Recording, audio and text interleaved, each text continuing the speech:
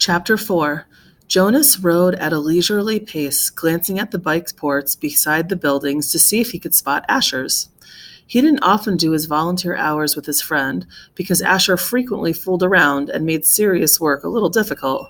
But now, with 12 coming so soon and the volunteer hours ending, it didn't seem to matter.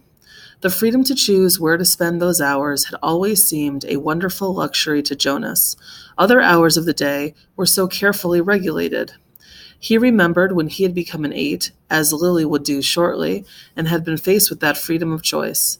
The 8s always set out on their first volunteer hour a little nervously, giggling and staying in groups of friends. They almost invariably did their hours on recreation duty first, helping the younger ones in a place where they still felt comfortable.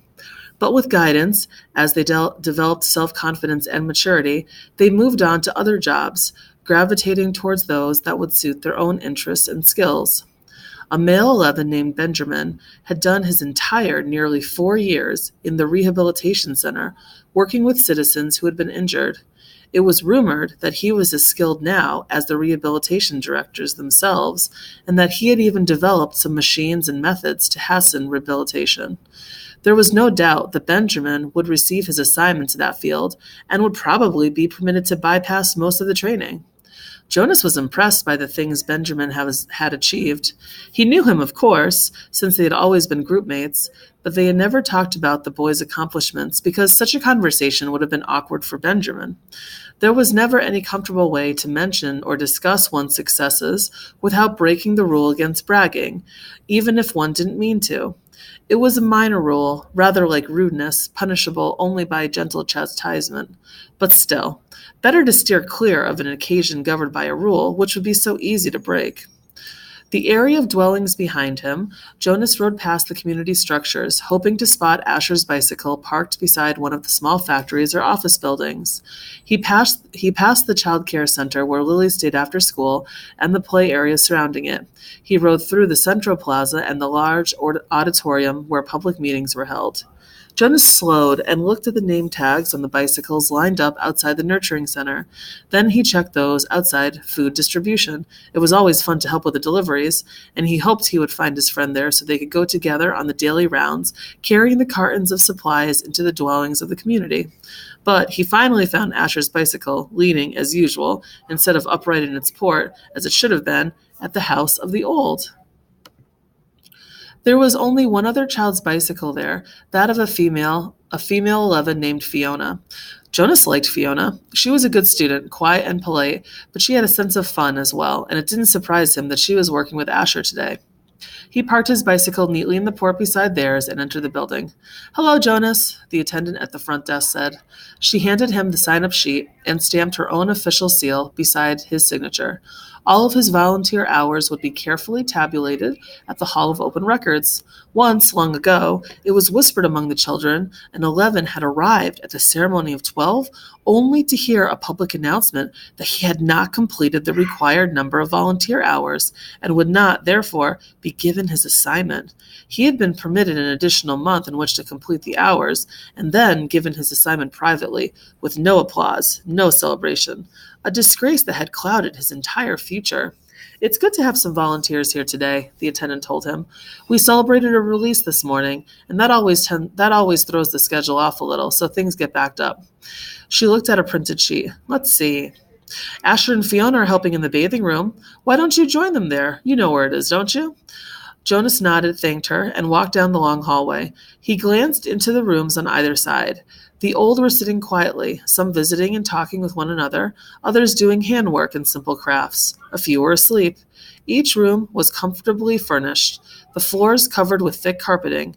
It was a serene and slow-paced place, unlike the busy centers of manufacture and distribution where the daily work of the community occurred. Jonas was glad that he had, over the years, chosen to do his hours in a variety of places so he could experience the differences. He realized, though, that not focusing on one area meant he was left with not the slightest idea, not even a guess, of what his assignment would be. He laughed softly. "Thinking about the ceremony again, Jonas?" he teased himself. But he suspected that with the date so near, probably all of his friends were too. He passed a caretaker walking slowly with one of the old in the hall. "Hello, Jonas," the young uniformed man said, smiling pleasantly. The woman beside him, whose arm he held, was hunched over as she shuffled along in her soft slippers. She looked towards Jonas and smiled, but her dark eyes were clouded and blank. He realized she was blind. He entered the bathing room with its warm, moist air and scent of cleansing lotions. He removed his tunic, hung it carefully on a wall hook, and put on the volunteer's smock that was folded on a shelf. "Hi, Jonas," Asher called from the corner where he was kneeling beside a tub. Jonas saw Fiona nearby at a different tub. She looked up and smiled at him, but she was busy, gently washing a man who lay in the warm water. Jonas greeted them and the caretaking attendants at work nearby. Then he went to the row of padded lounging chairs where others of the old were waiting. He had worked here before. He knew what to do. "Your turn, Larissa," he said, reading the name tag on the woman's robe. "I'll just start the water and then help you up." He pressed the button on a nearby empty tub and watched as the warm water flowed in through the many small openings on the sides. The tub would be filled in a minute, and the water flow would stop automatically. He helped the woman from the chair, led her to the tub, removed her robe, and steadied her with his hand on her arm as she stepped in and lowered herself. She leaned back and sighed with pleasure, her head on a soft cushioned headrest. "Comfortable?" he asked, and she nodded, her eyes closed. Jonas squeezed the cleansing lotion onto the clean sponge at the end of the tub and began to wash her frail body. Last night he had watched as his father bathed the new child. This was much the same. The fragile skin, the soothing water, the gentle motion of his hand, slippery with soap. The relaxed, peaceful smile on the woman's face reminded him of Gabriel being bathed. And the nakedness, too. It was against the rules for children or adults to look at another's nakedness, but the rule did not apply to new children or to the old. Jonas was glad. It was a nuisance to keep oneself covered while changing for games, and the required apology, if one had by mistake glimpsed another's body, was always awkward. He couldn't see why it was necessary. He liked the feeling of safety here in this warm and quiet room. He liked the expression of trust on the woman's face as she lay in the water unprotected, exposed, and free. From the corner of his eye, he could see his friend Fiona help the old man from the tub and tenderly pat his thin, naked body dry with an absorbent cloth. She helped him into his robe.